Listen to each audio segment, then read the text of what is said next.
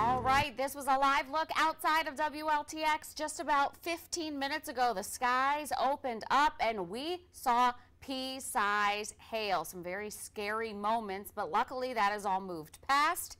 And now, weirdly, it's sunshine again. It was an interesting time in the southeast part of Richland County over the last 30 minutes. Not only did we have a strong storm move through and drop hail, but the temperature has now dropped probably about 15 degrees in the last half hour. Thank you so much for joining us for the second half hour of Friends at 5. I'm Darcy Strickland. And I'm Andrea Mock. We want to get things right over to the Weather Center and check back in with Chief Meteorologist Efren Afonte as everybody in the Midlands is reacting to this hail. I tell you, everyone who is really much along 378 all the way to the north is like, what is going on? And it's only been a short window of time, really, over the last hour. But we hear, you ladies heard it. I remember, Andrea, you were saying, okay, that sound you hear, yeah, we got storms over us. And again, it's only been a short window of time between 3 and now where we've had this line of storms move through.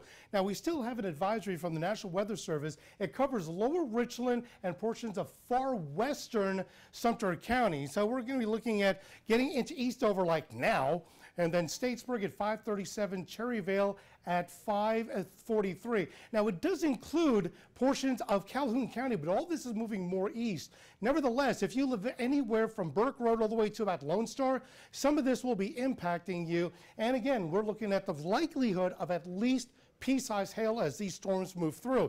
New storms are moving through areas south of Sumter Highway, all the way down east of Privateer, now crossing over into areas in north central portions of Clarendon County, and as well as right along Forster, Jordan, and east of Bloomville, and then all the way points up north. And all of this continues to move, again, about 35 miles an hour to the east. The overall picture is that we've already had about 16 reports of hail in central and northern Midlands and now extending into areas of Lee County, and all this continues to move. So if you live anywhere south of St. Matthews, you're okay for now, but anywhere north of St. Matthews all the way up to Camden and points east, these storms are going to be continuing. Oh, and by the way, Darcy, yeah, the temperatures dropped. Right now, Columbia, we went from 72 to 55. Wow. I knew it felt colder outside. Darcy's barometer and thermometer said the exact same thing. Now, we've both seen hail before. Shockingly, we just found out meteorologist Aaron Walker has not seen it in person until today. Well, what an experience for you, Aaron, our northern girl, now in Gandy's Garden, to talk more about the impact that hail has had in our area today. Yes, guys, I was just out in Gandy's Garden yesterday with Jim, and we were talking about the warmer temperatures, harvesting the crops. We have such a different picture now. We're seeing 3 phases of water. We saw rain, we saw ice, and now we're seeing evaporation. Looking at the WLTX parking lot, it's kind of spooky looking, you could even say. All of that hail is evaporating, it's melting. And if we look at the sidewalk, you'll notice that is a warmer area that absorbs more heat than the ground. That's why, you know, we don't see frost on our sidewalk. So almost hail is completely melted on the sidewalk, but it's all over here in Gandy's Garden, and our plants are getting a little bit of a frozen treat. We see lots of the hail there. It's good water for the plants, but really has accumulated. The good news, as I mentioned, much like sidewalks, our roads are going to be warmer and absorb more heat. So that is going to melt soon, but your garden certainly got a frozen treat for tonight.